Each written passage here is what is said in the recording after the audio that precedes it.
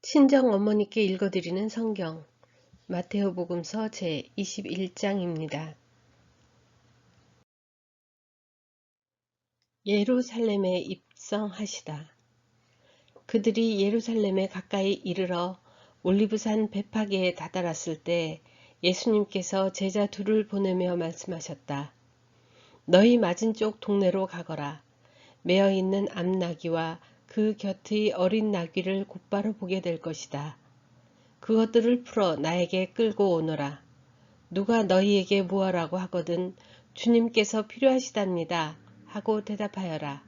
그러면 그것들을 곧 보내줄 것이다. 예언자를 통하여 하신 말씀이 이루어지려고 이 일이 일어난 것이다. 딸 시온에게 말하여라. 보라, 너희 임금님이 너에게 오신다. 그분은 겸손하시어 암나귀를, 짐발이 짐승의 새끼, 어린 나귀를 타고 오신다. 제자들은 가서 예수님께서 지시하신 대로 하였다. 그들은 그렇게 암나귀와 어린 나귀를 끌고 와서 그 위에 겉옷을 펴놓았다. 예수님께서 그 위에 앉으시자 수많은 군중이 자기들의 겉옷을 길에 깔았다. 또 어떤 이들은 나뭇가지를 꺾어다가 길에 깔았다. 그리고 앞서가는 군중과 뒤따라가는 군중이 외쳤다. 다윗의 자손께 호산나. 주님의 이름으로 오시는 분은 복되시어라. 지극히 높은 곳에 호산나. 이렇게 하여 예수님께서 예루살렘에 들어가시니 온 도성이 술렁거리며 저분이 누구냐 하고 물었다. 성전을 정화하시다. 예수님께서는 성전에 들어가시어 그곳에서 사고 팔고 하는 자들을 모두 쫓아내시고 환전상들의 탁자와 비둘기 장수들의 의자를 둘러 엎으셨다. 그리고 그들에게 말씀하셨다. 나의 집은 기도의 집이라 불릴 것이다 라고 기록되어 있다. 그런데 너희는 이곳을 강도들의 소굴로 만드는구나. 그때 성전에서 눈먼 이들과 절름거리는 이들이 다가오자 예수님께서는 그들을 고쳐주셨다.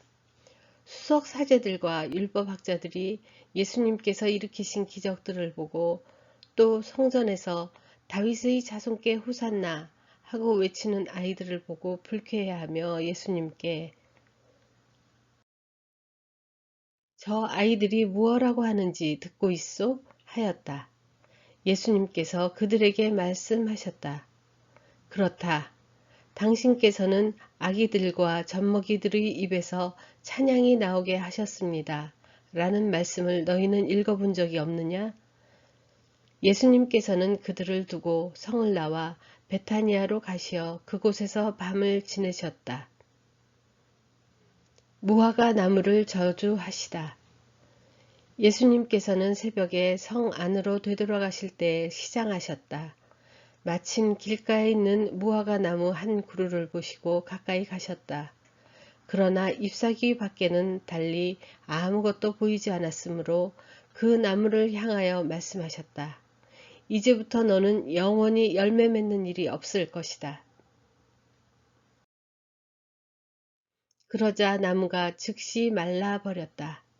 제자들이 그것을 보고 놀라서 어째서 무화과 나무가 즉시 말라버렸습니까? 하고 물었다. 예수님께서 그들에게 대답하셨다.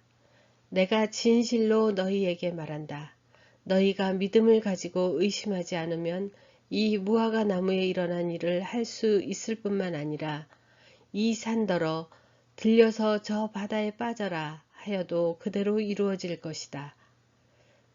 그리고 너희가 기도할 때 믿고 청하는 것은 무엇이든지 다 받을 것이다. 예수님의 고난을 문제 삼다.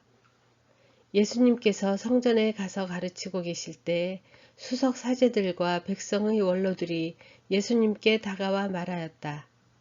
당신은 무슨 권한으로 이런 일을 하는 것이오?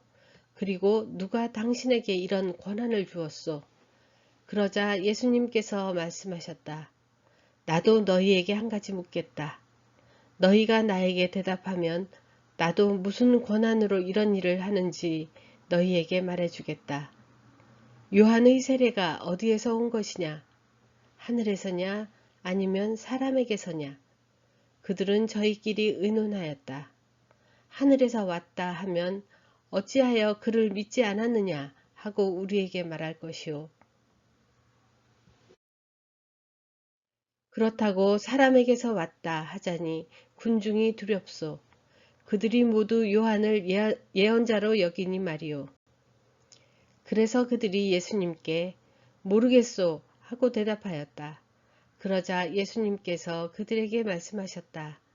나도 무슨 권한으로 이런 일을 하는지 너희에게 말하지 않겠다. 두 아들의 비유.